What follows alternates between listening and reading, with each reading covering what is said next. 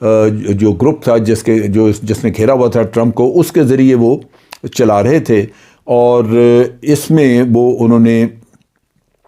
جو یہودی لابی کی یا ان کی جو آرگومنٹس تھیں اسرائیل کی کہ جناب ایران تو بالکل دھوکہ دے رہا ہمیں، وہ ہتھیار بنانے والا ہے، یہ چیز جو ہے یہ انہوں نے نہ صرف ٹرمپ ایڈمنسٹریشن نے قبول کی بلکہ اس کو پھیلایا اور کوشش کی کہ جو معاہدے میں سے وہ نکل رہے ہیں اس کے لیے سپورٹ لی جائے۔ لیکن باقی ملک جنہوں نے دستخط کیے ہوئے تھے وہ یا یورپین کنٹریز، وہ اس میں سے نکلنے کو تیار نہیں تھے۔ نتیجہ یہ کہ وہ آخری وقت تک اس معاہدے پہ قائم رہے اور امریکہ کو یہی کہتے رہے کہ جی آپ بات چیت کریں ایران سے۔ ایران اس طرح بات چیت کرنے کو تیار نہیں تھا۔ ایران کا یہ خیال تھا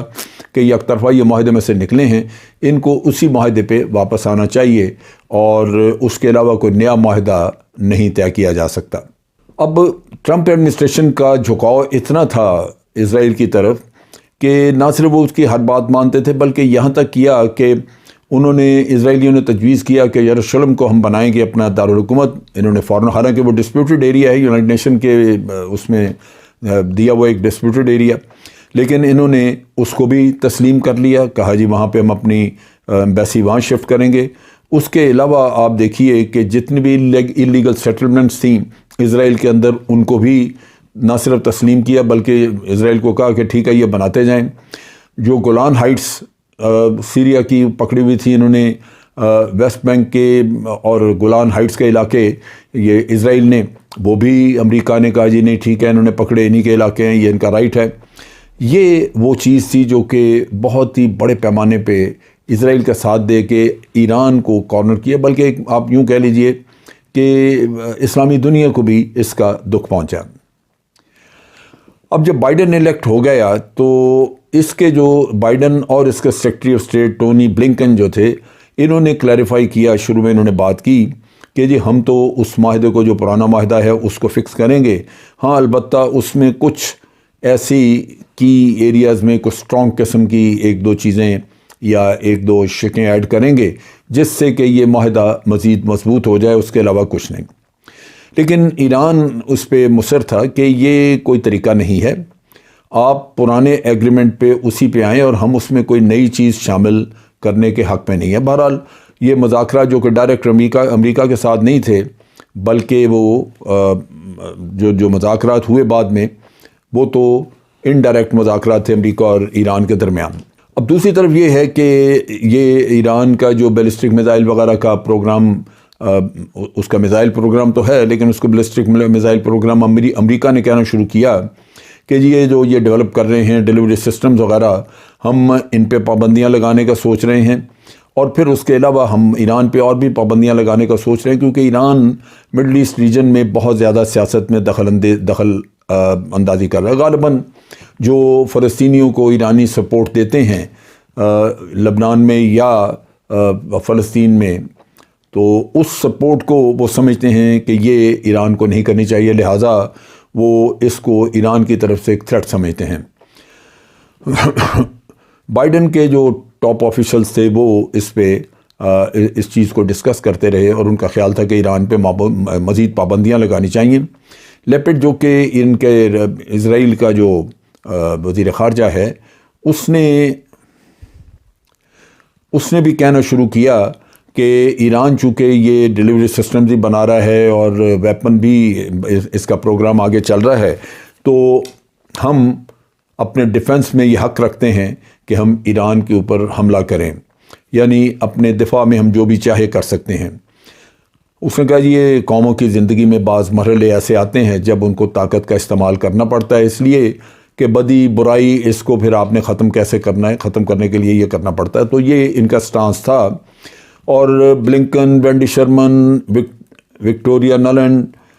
یہ جو امریکی طبقہ جو کہ جس نے گھیرا ہوا ہے بائیڈن کو، یہ سارے جوش لوگ ہیں اور اسٹیٹ ڈپارٹمنٹ تقریباً بھرا پڑا ان سے، سو نیچرلی وہ وہاں پہ پروموٹ کرتے ہیں صرف اور صرف اسرائیل کی پالیسیز۔ اسی طرح یہی حال ہے پینٹاگون میں بھی کہ وہاں پہ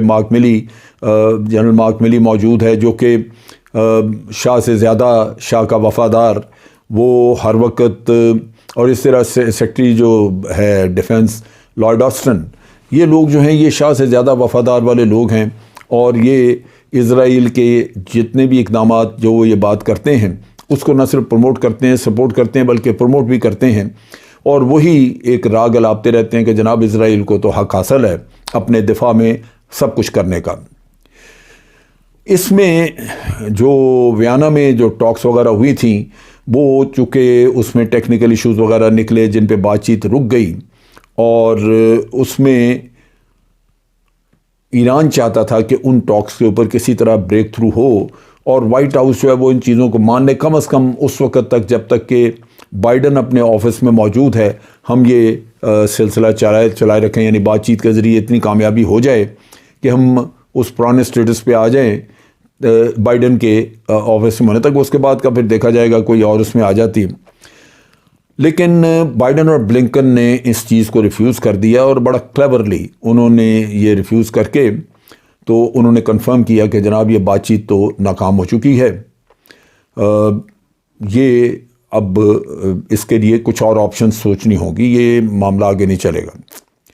دوسری طرف یہ ہے کہ اسرائیل کے آفس جو اسرائیلی آفیشلز ہیں یا اسرائیل کی جو لیڈرشپ ہے، آپ ان کو دیکھیں، وہ پچھلے 20 سال سے ایک ہی بات کہہ رہے ہیں کہ جناب ایران بس سال کے اندر اندر نیوکلیر ویپن بنانے گا۔ ان کے 20 سال میں وہ سال ہی نہیں ختم ہوا جس کی وہ بات کرتے ہیں کہ ایک سال میں یہ نیوکلیر ویپن بنا لیں گے۔ جو ان کے ڈیفنس فورسز کے چیف آف سٹاف ہیں کوہاوی اسرائیل کے، انہوں نے بھی یہ کہا کہ جناب ہمیں جو ہم ابھی اپنی پلانز جو ہیں ان کو بڑا تیزی سے تیار کر رہے ہیں ایران کے اوپر حملے کے لیے، اور اسرائیلی پولیٹیشینز وغیرہ جو ہیں انہوں نے بھی کہا، نیتن یاہو بھی یہ بات کرتے رہے، اور صرف اسی پہ نہیں کہ وہ صرف دھمکیاں وغیرہ دے رہے تھے یا اس میں کر رہے، بلکہ انہوں نے ڈیل بھی کیے، اور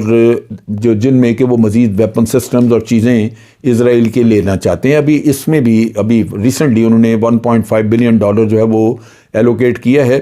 جس سے کہ وہ بنکر بسٹر بامز جو ہیں وہ امریکہ سے لینا چاہتے ہیں۔ 5,000 پاؤنڈ والے بامز ہیں جو کہ بنکرز کو یا جو زمین دوز ہوتی ہیں جو چیزیں یا آپ کے مورچے ان کو تباہ کرنے کے لیے وہ لے رہے ہیں، اور ان کا خیال یہ ہے کہ اس کو یوز کریں گے بوشیر کے ریئیکٹر پہ، جو ایرانین ریئیکٹر ہے وہاں پہ، اس پہ استعمال، کیونکہ وہ اور نٹنز جو جگہ ہے ان کے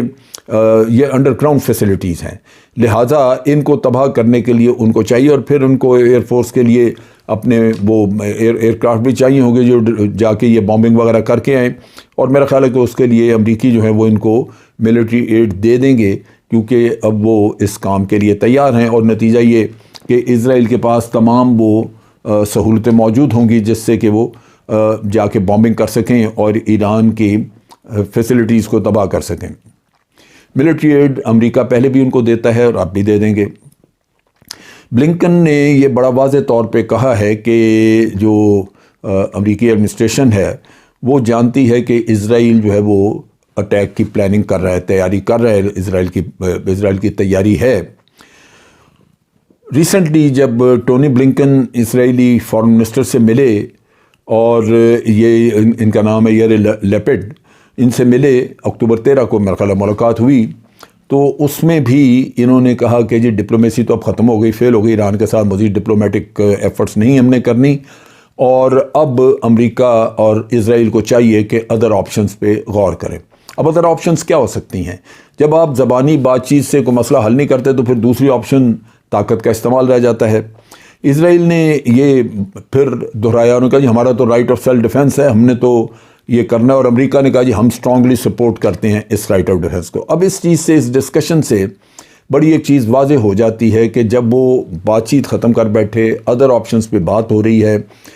اسرائیل کہتا ہے کہ جی ہم سیلف ڈیفنس میں ایک رائٹ رکھتے ہیں، ہم سیلف ڈیفنس میں جو بھی کرنا چاہیں کر سکتے ہیں، امریکہ کہتا ہے کہ جی ہم آپ کو اسٹرانگلی سپورٹ کرتے ہیں اس چیز پہ جو بھی آپ کرنا چاہتے ہیں۔ اس کا مطلب واضح ہے، اور واضح وہ یہ ہے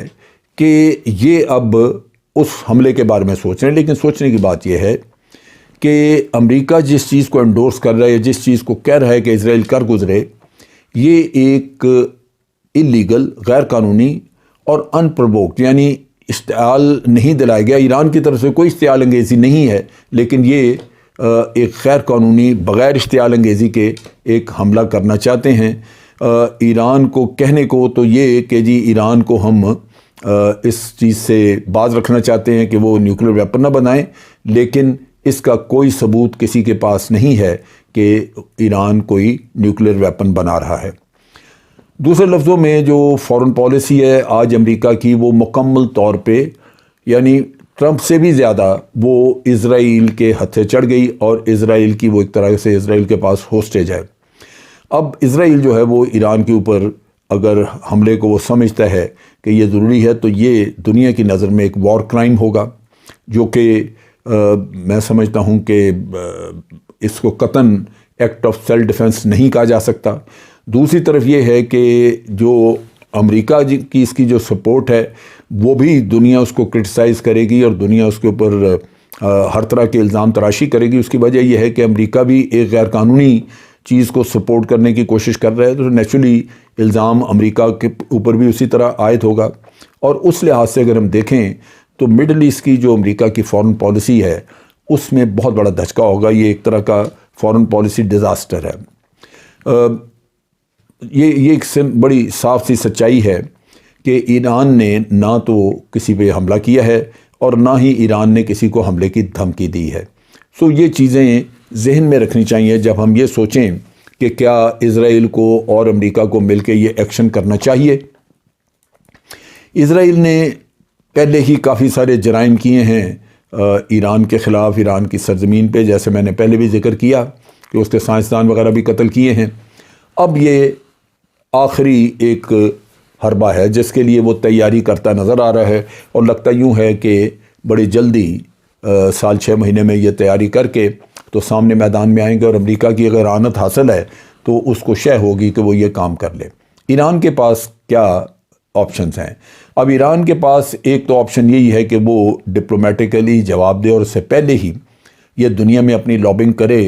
اور جو P5 کنٹریز ہیں ان میں اگر امریکہ ان کے ساتھ ہے تو باقی جو 4 ملک ہیں ان کے ساتھ مذاکرات وغیرہ کر کے تو ایران واضح کر سکتا ہے کہ دیکھیں ہمارا تو بڑا سیدھا سا کام ہے کہ ہم مذاکرات کے لیے بیٹھے ہیں، تیار ہیں، ہمارا ایگریمنٹ بھی موجود تھا، امریکہ نکلا، اب مذاکرات بھی امریکہ فیل کر رہا ہے، تو ان حالات میں امریکہ کو اور ان کو روکا جائے کہ یہ اسرائیل کو روکا جائے کہ وہ ایران کے اوپر حملہ نہ کریں۔ سو دنیا کی طرف سے سپورٹ لینا اس کے لیے ضروری ہوگا، لیکن ایران ساتھ ہی واضح کرے کہ ہم اس کا جواب دیں گے اگر کسی نے یہ ایکشن کیا، اسرائیل نے خاص طور پہ، تو پھر اس کو اسرائیل کو بھی سمجھنا ہوگا کہ ہم اس کو ٹارگٹ کریں گے، اور اس کے لیے ایران کو اپنی میزائل ٹیکنالوجی وغیرہ وہ تیار کرنی چاہیے، اس کو دیکھنا چاہیے کہ واٹ فوٹنگ پہ وہ اپنا کام کر لے، اور یہ بھی ساتھ ذہن میں رکھے کہ جو پاسبل ٹارگٹ بن سکتے ہیں ایران کے نیوکلیئر انسٹالیشن، جو پاسبل ٹارگٹ بن سکتی ہے،